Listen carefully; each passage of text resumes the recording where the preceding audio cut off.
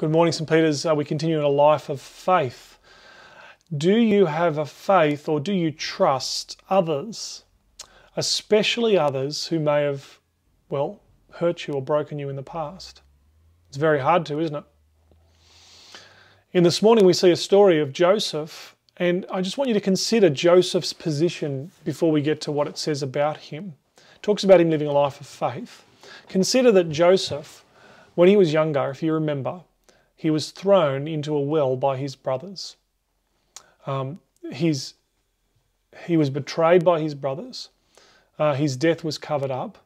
He ended up being sold, taken out of the well later and sold into slavery.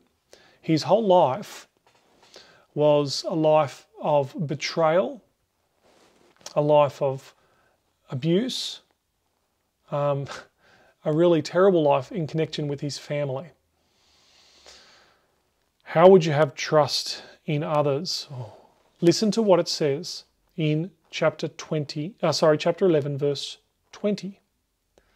By faith, verse 22, by faith, Joseph, as he was nearing the end of his life, mentioned the exodus of the Israelites and gave instructions concerning his bones.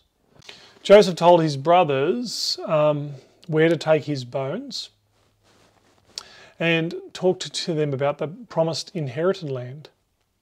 Consider Joseph's, connection with his brothers and how much he may have trusted them.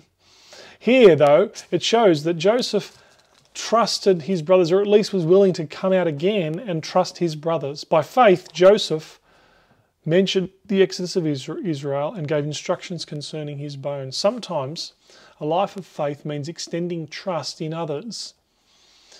Not always naively giving trust to others, but here, Joseph, it shows that he truly forgave his brothers, because earlier he had forgiven his brothers, and it shows that he didn't hold a grudge and that he had truly bared the sin that they had committed against him, and he truly wiped the slate clean and reconciled. And here he has a trust, he has an ability to put his trust back in his brothers.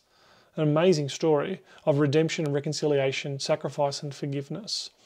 Are you a person who is able to have a life of faith that is so trusting in God that when you receive forgiveness and give forgiveness, you're able to trust someone else again? It's a big call, but this is what it is to have a life of faith, to sometimes have faith in others. See you tomorrow.